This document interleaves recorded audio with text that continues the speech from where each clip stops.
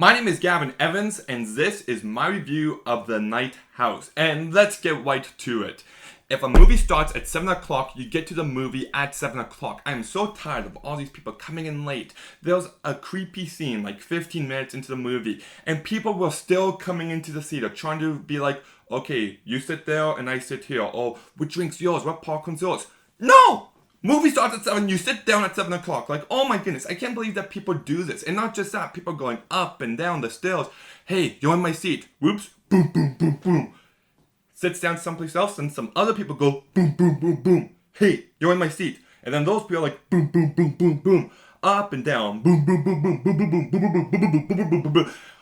I'm just trying to watch the movie. And then some people are texting. If you want to text, if you want to go on your phone, then you stay home. Because they're not texting like...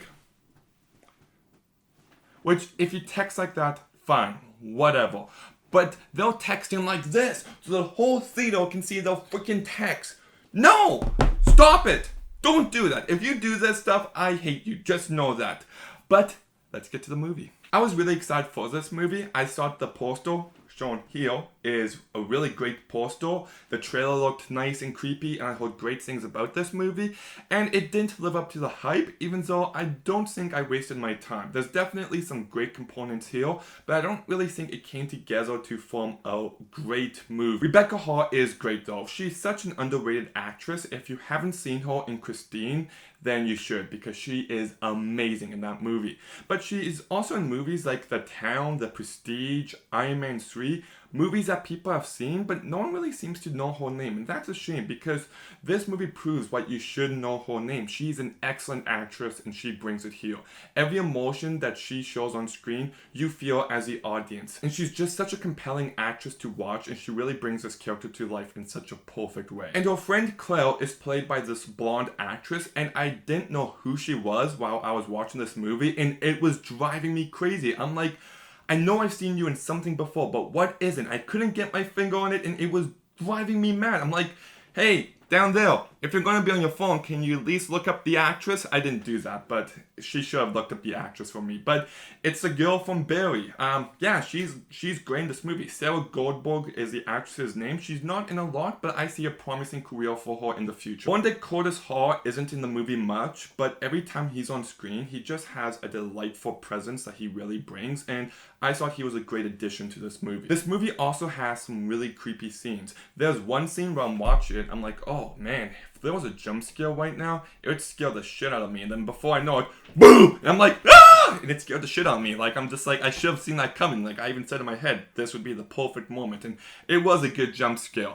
I do wish the movie was scarier throughout. There's one or two really scary moments, but you don't get much more than that. It does go a bit too crazy in the last act, to the point where I felt like the atmosphere was lost, and what made the movie originally scary didn't carry over into the last act. But there is some really cool usage of shadows. There's this image that's painted out by all these different objects, and there's a few times that is used in the movie. And if you haven't seen the movie, you don't know what I'm talking about. If you've seen the movie, you know what I'm talking about. But just this silhouette is captured a few times in the shape of different objects, and every time that was used, it was used really effectively. And the second act of this movie has some great elements to it. It kind of feels like a mystery movie where you're trying to find out more about a person and what happened and what's this and what's going on. And I thought that was the best part of the movie, because I was on the edge of my seat for that entire plot. But it also dealt with ideas like, what if the person you thought you knew your entire life wasn't really the person you knew? And I think it started to explore that in interesting ways. And unfortunately, now I have to get to my negatives, but I don't think that carried over into the last act. In fact, the last act makes it a distinct point to make it about something else. This movie starts off and it's about a woman grieving her husband's death. But then in the second act, it turns into a different kind of movie in a very compelling way. And then the last act, it goes back to the grieving, but at that point, I felt like the movie evolved past that and it turned into a different kind of movie. So for it to go back to that, I just don't think it worked. If you really look into it, you can see it. It's not like, oh wow, this just came out of nowhere.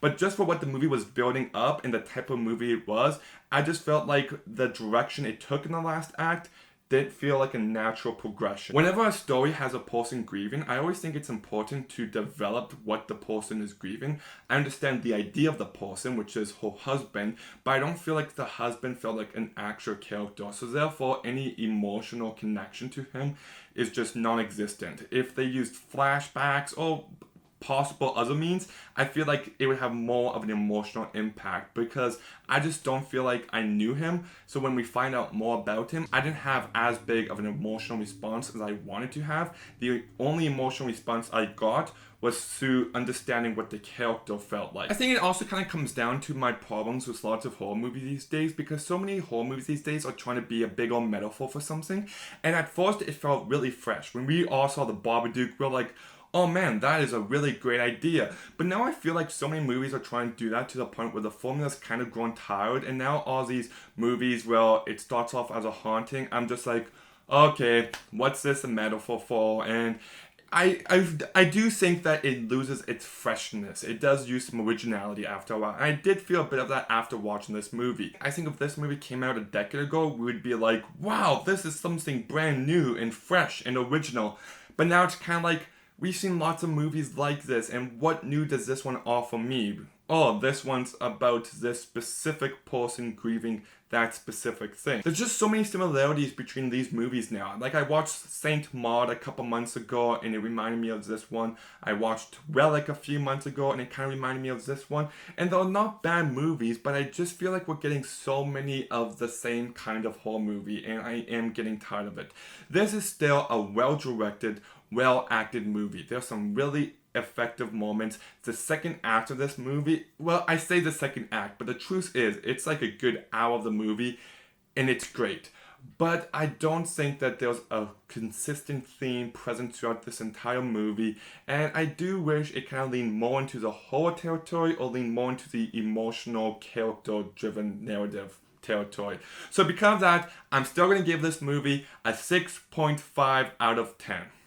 Okay, did you see The Night House? Were you at that 7 o'clock showing? Were you on your cell phone? Were you going up and down, up and down, up and down the stairs? Because if so, please let me know. Make sure you like, make sure you comment, make sure you subscribe. Stay tuned for some more videos soon, and Gavin out.